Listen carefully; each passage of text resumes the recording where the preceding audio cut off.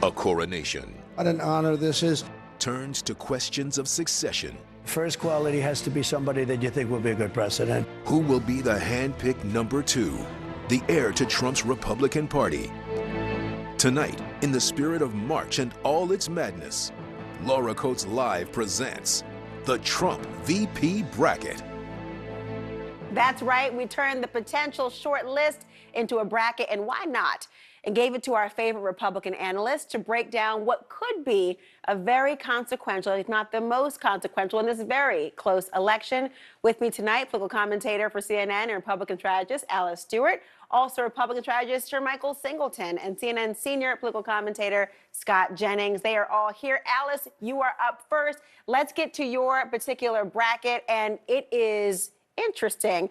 You had it narrowed down to Elise Stefanik and Tim Scott, but you think the winner is Stefanik. Tell me why. A couple things. Looking at her resume, she's the chairman of the House Republican Conference. She is a Republican in a very blue state, so she's got that going for her. But we all know the most important thing for Donald Trump is loyalty. She has been so loyal to him. She was the first member of Congress to endorse him. She led the defense team on his impeachment. She supported his efforts to stop the certification of the election, and she has been stalwart for him. And she also rose to fame recently. As you know, she led the hearing against 3 university presidents and the anti-Semitism efforts on campus. She really rose to political stardom there, but led one president to really resign. Ultimately. Yes, 2 actually. And here's the thing: politically, she will be able to appeal to the suburban women that Donald Trump desperately lost in 2020. So that goes well for her. She's a tremendous fundraiser. She raised $5 million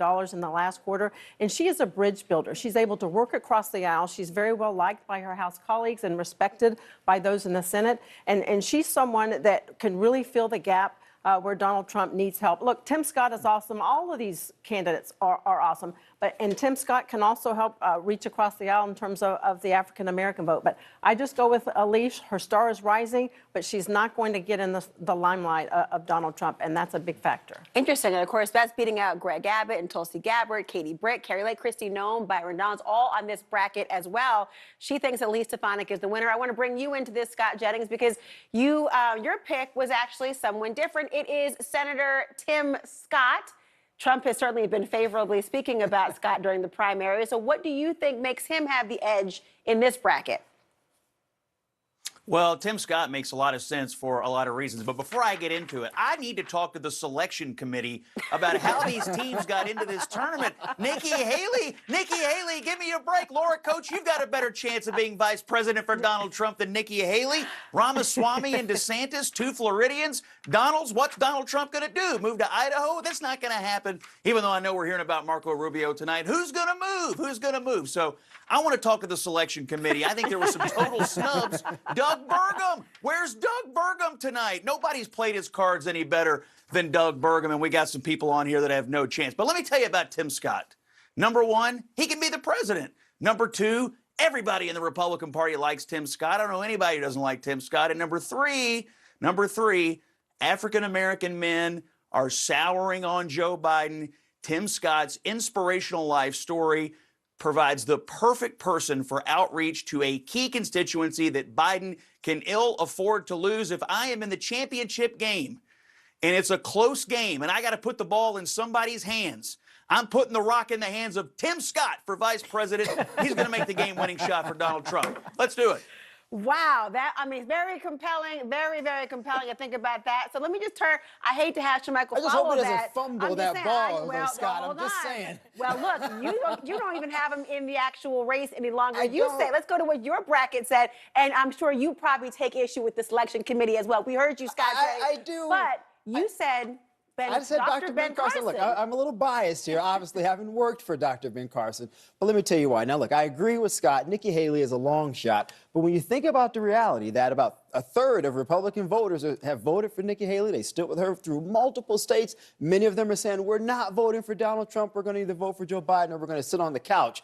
Or Donald Trump needs to at least get some of those folks off the couch, Laura, into the polling booths for him. But I don't think he's going to choose Nikki Haley. He obviously does not like her because she didn't get out quick enough. So that leaves only one person the good Dr. Ben Carson. He's the only cabinet secretary that the former president still maintains a very close relationship with. He's very loyal to the former president. He's not someone who seeks to sort of usurp Donald Trump's star, which is what I believe you would see with Elise Stefanik. I also think you would potentially see that with Senator Tim Scott. He's going to do the job and do it well. And you think about African-American men.